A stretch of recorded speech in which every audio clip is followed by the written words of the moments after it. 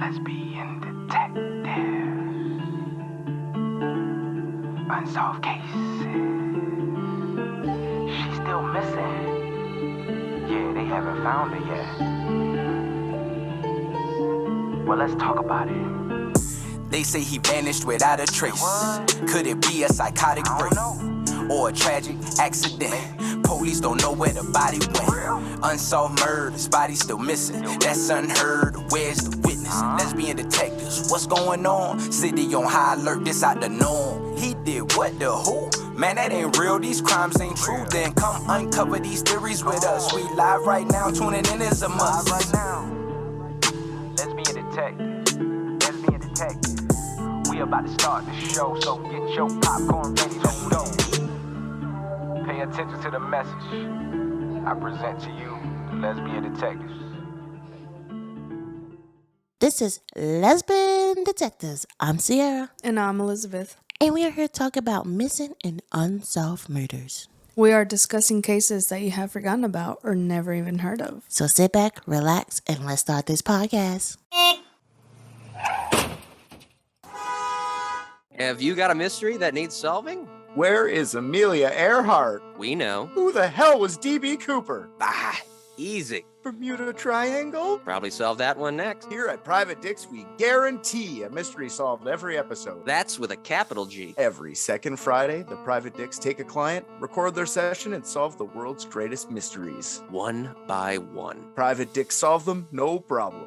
God, I love just crushing mysteries! Search up Private Dicks on your favorite podcatcher and you can solve a mystery too. The mystery of what's your favorite podcast? It's Private Dicks, another one solved. If you have a mystery to be solved, call 1-855-PRVT-DIX. That's 1-855-PRIVATE-DICKS. Call 1-855-PRIVATE-DICKS and leave us the rundown of the case. Maybe the Dicks will solve it. 855 Private Dicks.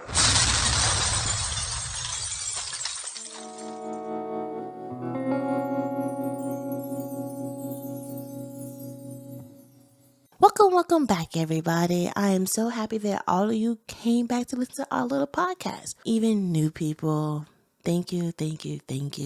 I hope you guys are having a good December. We are almost done with this year. I hope this year brought you some happiness. Yes. Even though you probably had some setbacks or some hard time, but I really hope that you did have a good year. You did a lot of growth, a lot of learning, a lot of healing, I think, mostly. But overall, I hope you became a better person.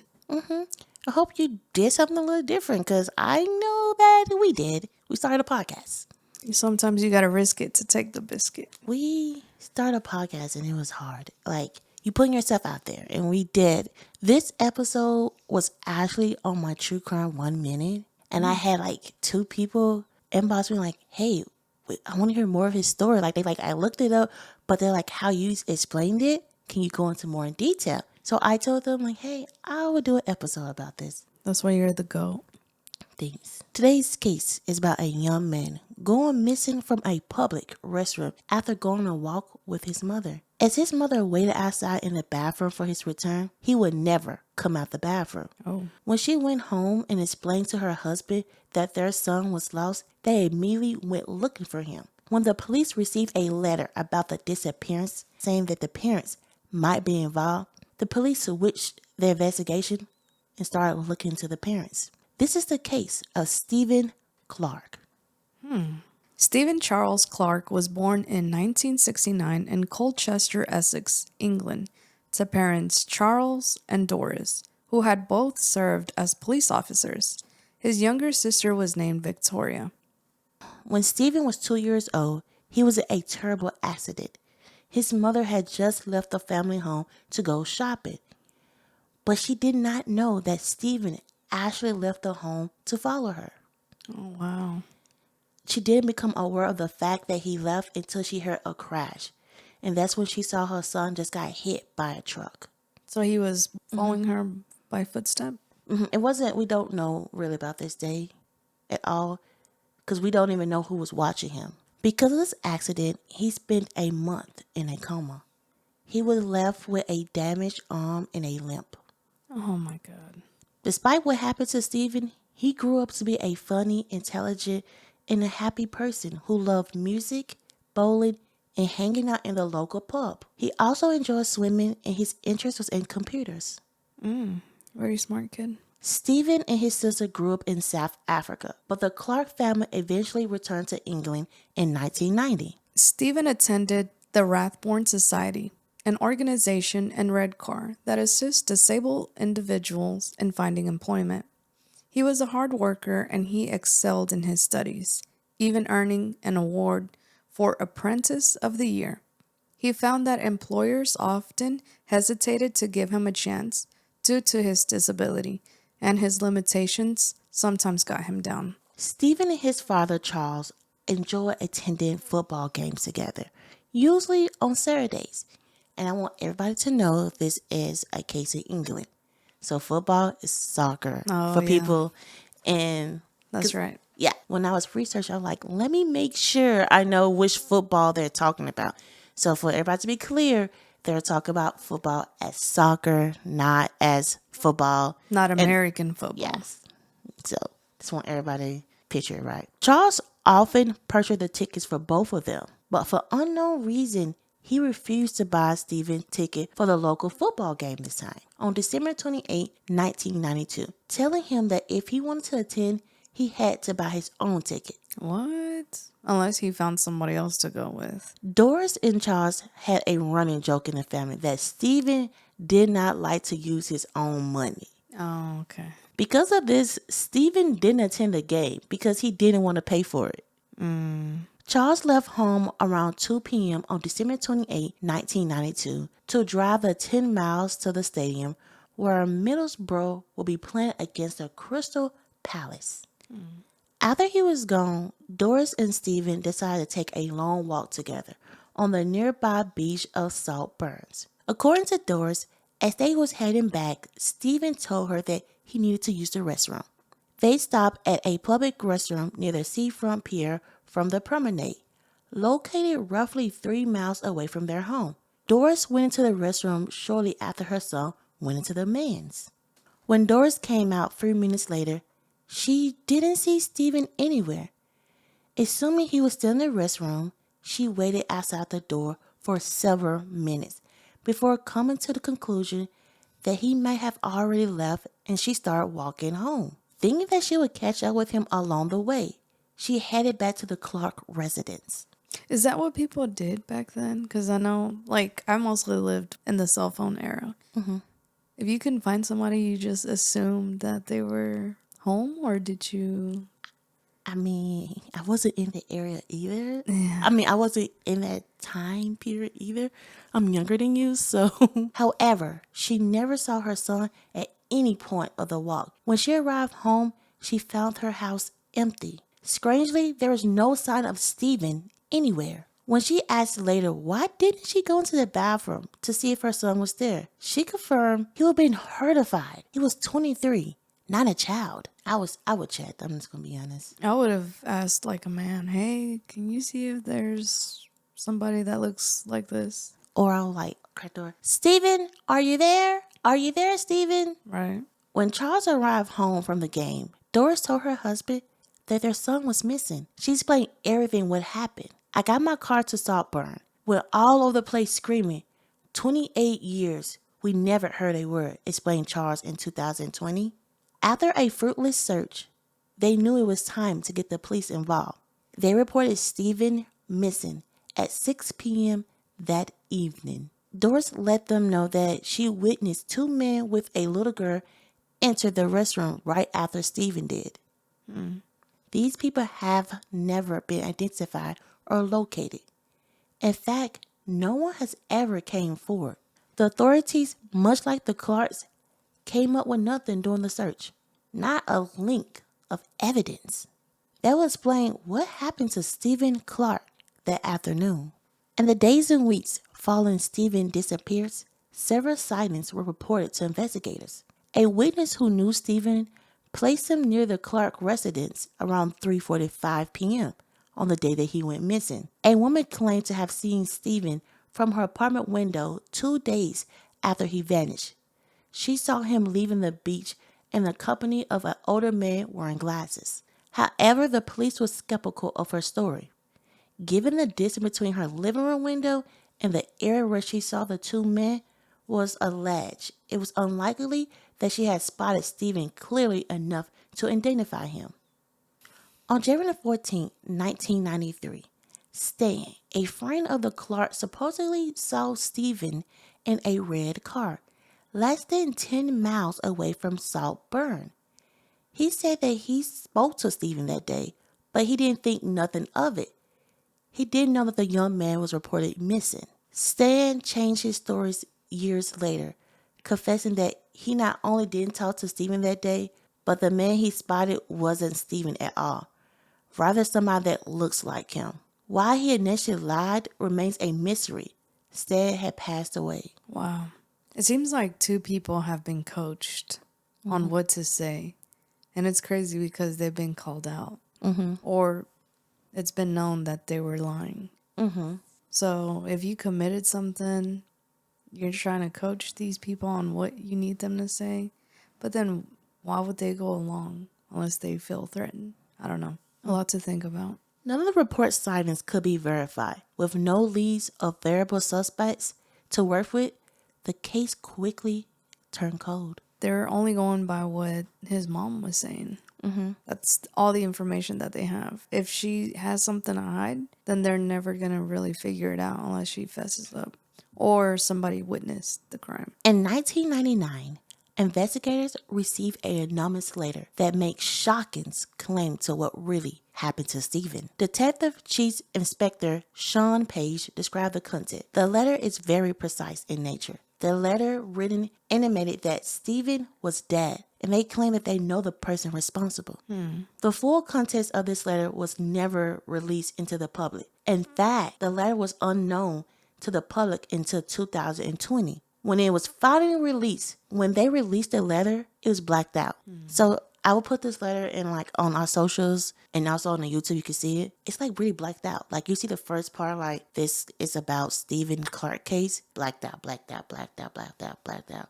I hope this helped. Why would you release the letter? Because it's still under investigation, possibly? Possibly, but Don't release the letter. yeah, because if you're going to black it out that much, it's no point of you releasing it. It's crazy. The same year, the case was suddenly reclassified as a murder investigation. The author of the letter implied Charles and Doris are the alleged murderers of their son. Following a cold case review by Cleveland police in September of 2020, the couple was arrested. It was unclear why the police waited so long to arrest the couple. The woman who wrote the letter, she finally came to the police and came forward that she wrote the letter. But she couldn't produce any evidence of why the Clark was actually guilty. Why did you write the letter then? What was the point? Right. Doris and Charles was released on bail. Dang. In a forensic search that conducted of the Clark home, as well as the yard, garden, and nearby wooded area, but the police, they found nothing. In February of 2021, after 17 weeks investigation, Doris and Charles was officially cleared as a suspect of their son disappearance. Under what grounds, I want to know. Girl, we don't know the letter says, so you think we're going to know a thing? I want to know a lot of things. After a decade of silence, Stephen Clark's sister Victoria spoke to the Missing podcast defending her parents. Our relationship as a family was love-filled.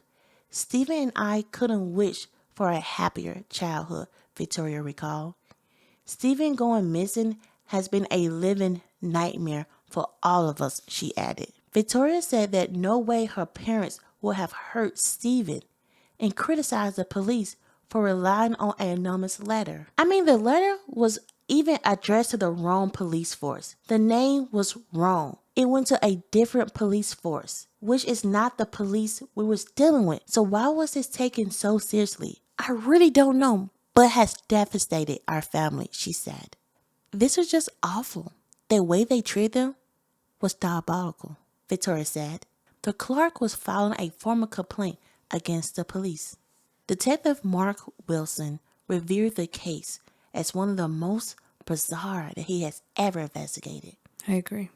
Detective Chief Inspector Sean Page said there are no active lines of inquiry currently, but they continue to respond to any intelligence and information which may help us locate Stephen.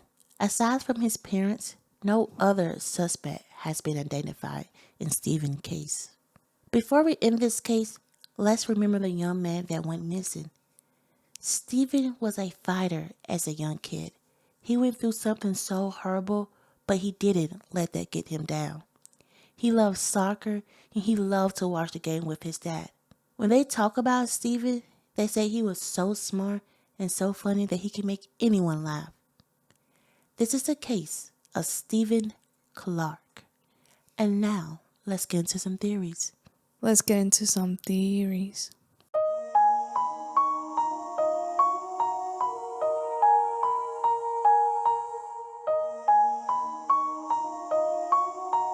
You or me? Yeah. This case, when I used to do True Crime 1 Minute, I do cases that really doesn't have a lot of information, but still try to get the person case out there.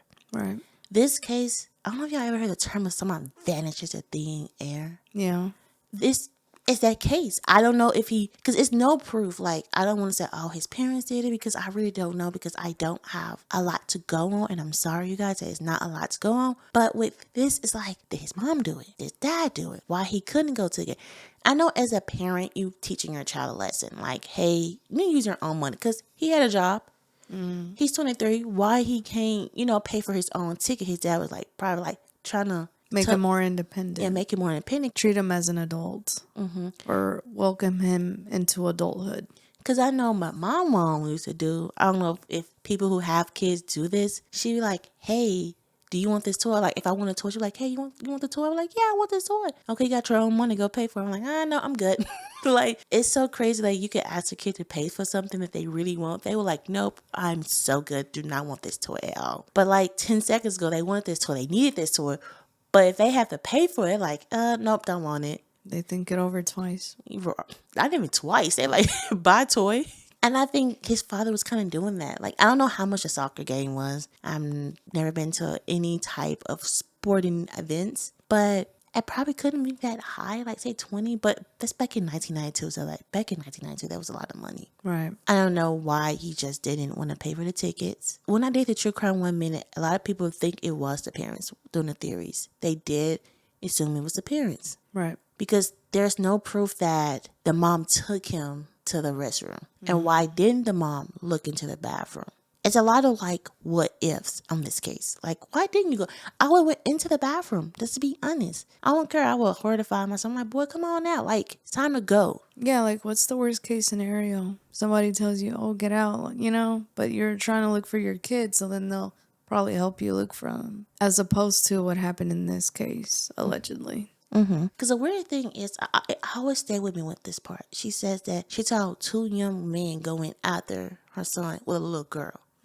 I was like, Why would two men kidnap another grown man with a little girl? It makes no sense. Right. It was just weird that like two grown men went into the bathroom with a little girl. Usually they were like, hey, well, usually would take her to the women's bathroom. Right. I don't know. I know some guys would take their daughter into the men's bathroom. I know that. But two of them, I don't know. That part was kind of weird to me a little bit. What do you think? I mean, I personally don't think that somebody who has a kid would go and kidnap another grown man. Like, it seems irrelevant to me. It seems like you're just trying to point fingers now.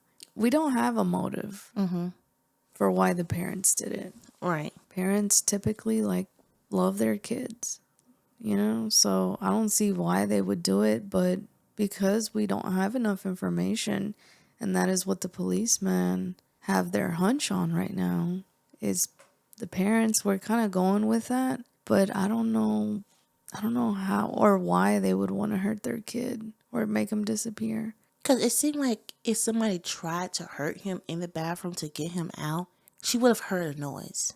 Right. She would have heard something. Even like he could have had a gun, like, let's go. But you would have heard something, Yeah. Like some type of sound of commotion.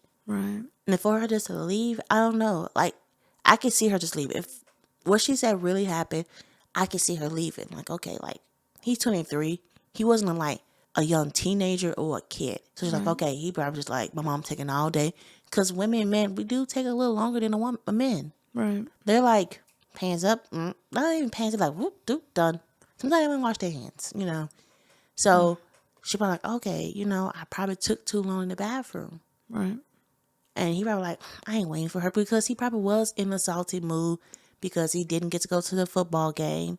So he probably was like, oh, you know, I can kind of see if everything she said happened, I can kind of see why she took off. Right. Because we don't know how he was that day. He probably did have a salty attitude. I know I probably would have like a little salty attitude. I'm not going to lie. I want to mom took me to a walk on the beach. I'm like, Mom, like, I want to be at this football game. Like, I don't want to be here on this beach with you. Like, really, bro? Right. I don't know. I'm just thinking, like, how would I React. Like, what I do with each case, and you guys have been a while when you know each other, I always, like, put myself, like, in the person's shoes. And I'm like, okay, if I was Steven, and my dad, like, you got to pay your own ticket. First of all, I'm mad that you assume that I want to pay for my own ticket. I'm mad about that. Let's talk about that line. Then you have the nerve to still leave me?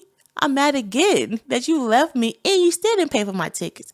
Then I'm like, my mom trying to make me happy. I'm like, ugh, all right. Then I gotta go walk. Like, they walk to the beach.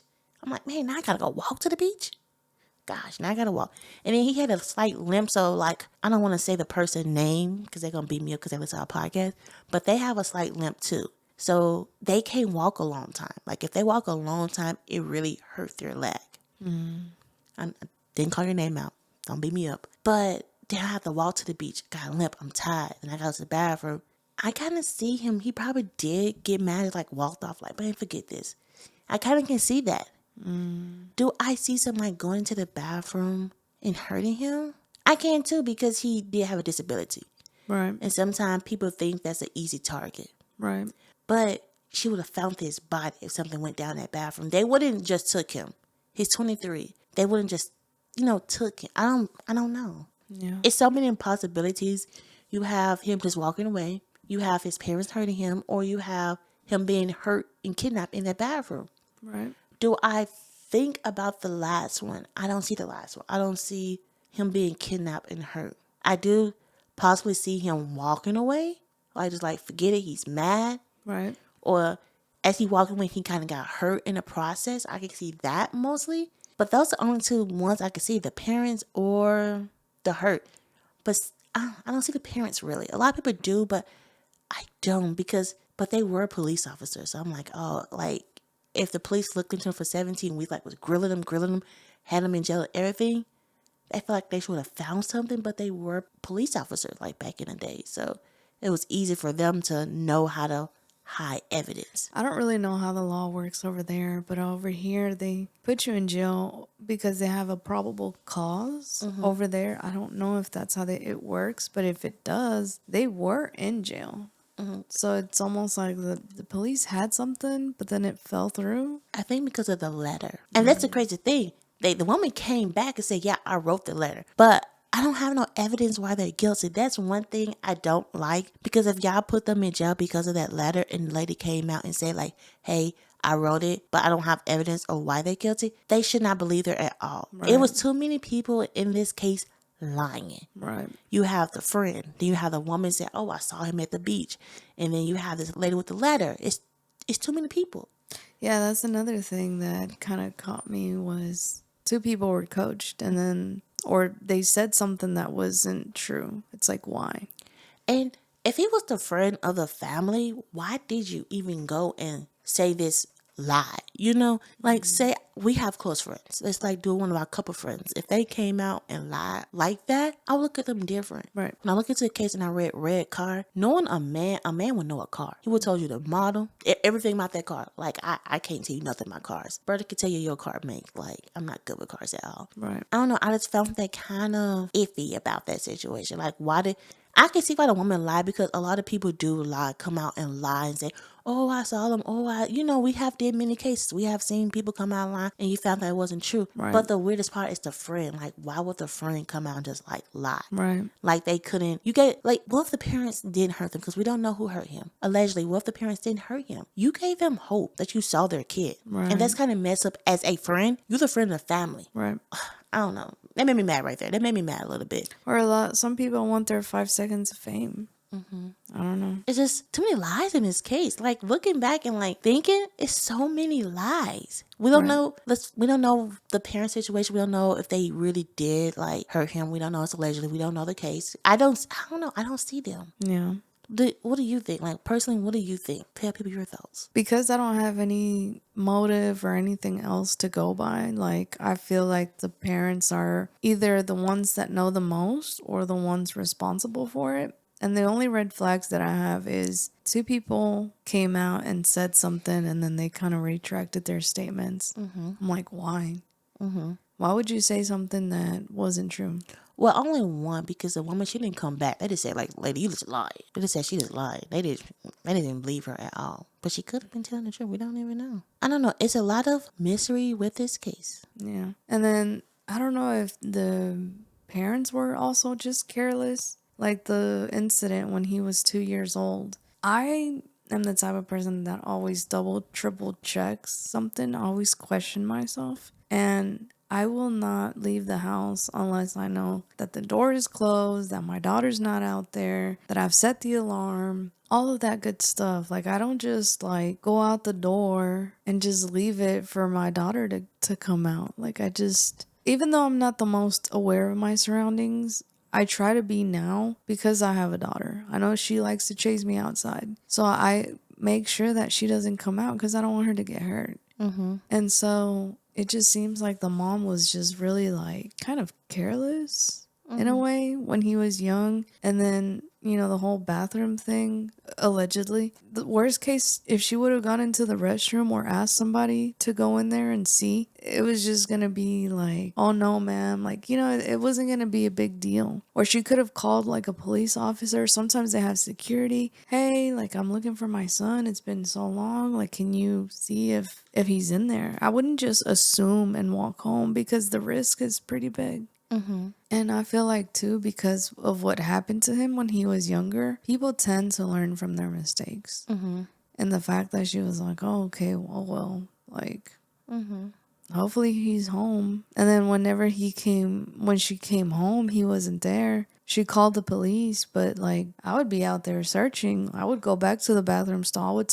I would talk to whoever I could that was around, and I don't know. It's just the lack of information. So it could not be them, but like right now, all eyes are on them because that's the person that knows the most. Right. Has the most information. Because a lot of people assuming the theories when I did this case on there, they was like, why did the father just say, hey, like, I'm not paying for your ticket? Like, why? I feel like it was a learning thing, I feel like, because I can see myself kind of doing that too. I don't know.